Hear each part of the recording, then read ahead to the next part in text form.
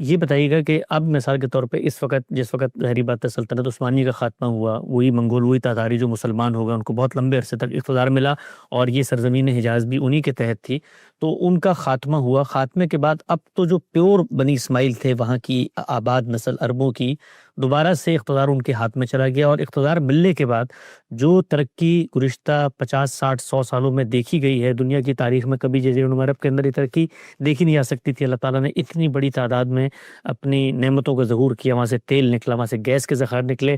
اگرچہ ان کو نکالنے میں اور ان کو دنیا تک پہنچانے میں سارا کام باقی اقوام نے کیا، لیکن وہ پوٹینشلی تو اللہ نے اسی سرزمین سے نکال دیے۔ تو اب اس کو ہم سب سامنے رکھ کے کہ پیور بنی اسماعیل وہاں حکومت کر رہے ہیں، اور اللہ تعالیٰ نے اس تاریخ کے معلوم دور میں پھر سے خزانے دے کے، اور خود رسول اللہ صلی اللہ علیہ وسلم نے بھی پیشن گوئی فرمائی ہوئی ہے کہ اتنا مال آ جائے گا کہ بڑی بڑی عمارتیں بنانے میں ایک دوسرے سے مقابلہ کریں گے۔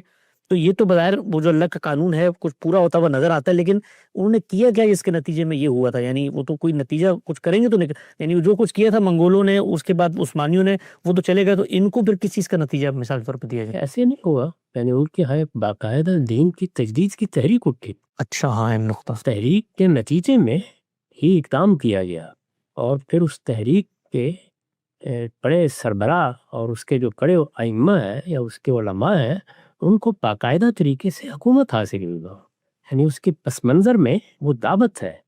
اس سے آپ اختلاف کر سکتے ہیں، اس کی کسی چیز کی آپ تنقید کر سکتے ہیں، وہ میں بھی کروں آپ بھی کریں گے، لیکن بحیثیت مجموعی وہ دین کی تجدید اور احیاء کی دعوت، توحید کو زندہ کیا گیا، توحید کا قلقلہ بلند ہوا،